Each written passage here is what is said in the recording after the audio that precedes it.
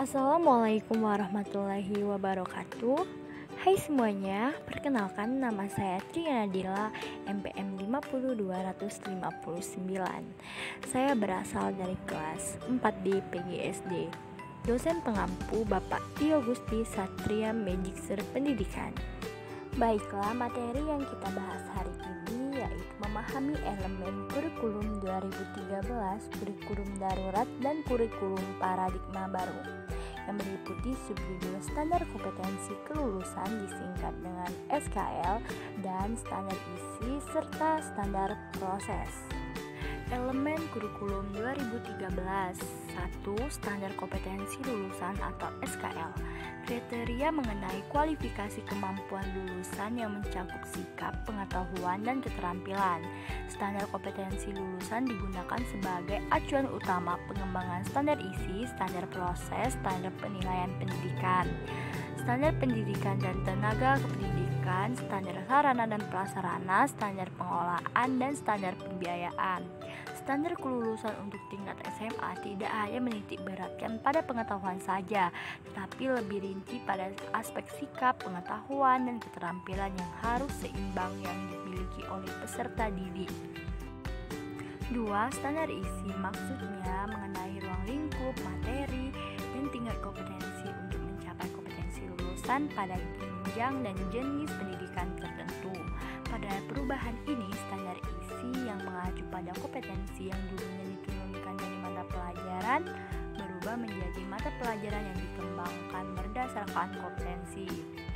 Tingkat kompetensi juga merupakan kriteria capaian kompetensi yang bersifat generik yang harus dipenuhi oleh peserta didik pada setiap tingkat kelas dalam rangka pencapaian standar kompetensi lulusan. 3. Standar proses maksudnya kriteria mengenai pelaksanaan pembelajaran pada satu satuan pendidikan untuk pencapaian standar kompetensi lulusan.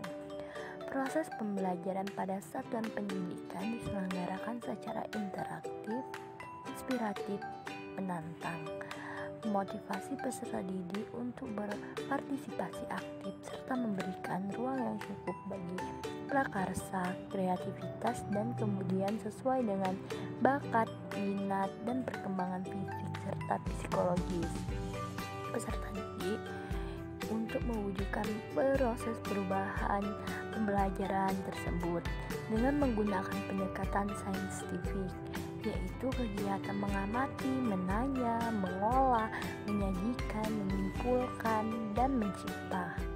Kemendikbud juga menjelaskan bahwa beberapa perubahan dari segi standar proses dalam kurikulum 2013 antara lain kegiatan belajar yang tidak hanya dilakukan di dalam kelas saja, tetapi belajar dapat dilakukan di lingkungan sekolah atau lingkungan masyarakat.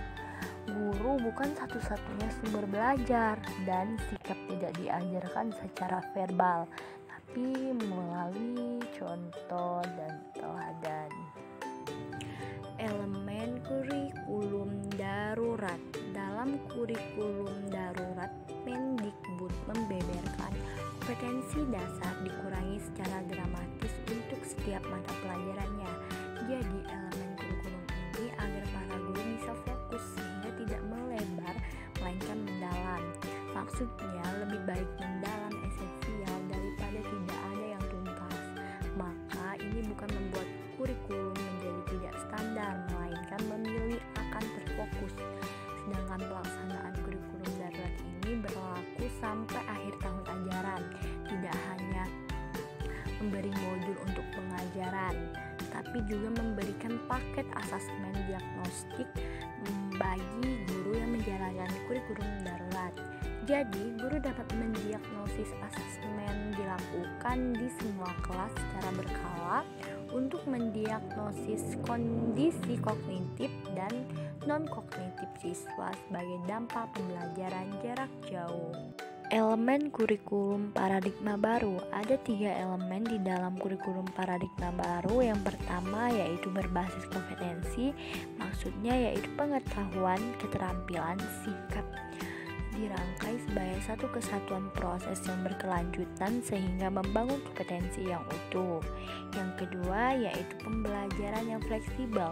Maksudnya yaitu penyusunan capaian pembelajaran dalam fase-fase 2-3 tahun per fase, sehingga peserta didik memiliki kesempatan untuk belajar sesuai dengan tingkat pencapaian, kebutuhan, kecepatan, dan gaya belajarnya.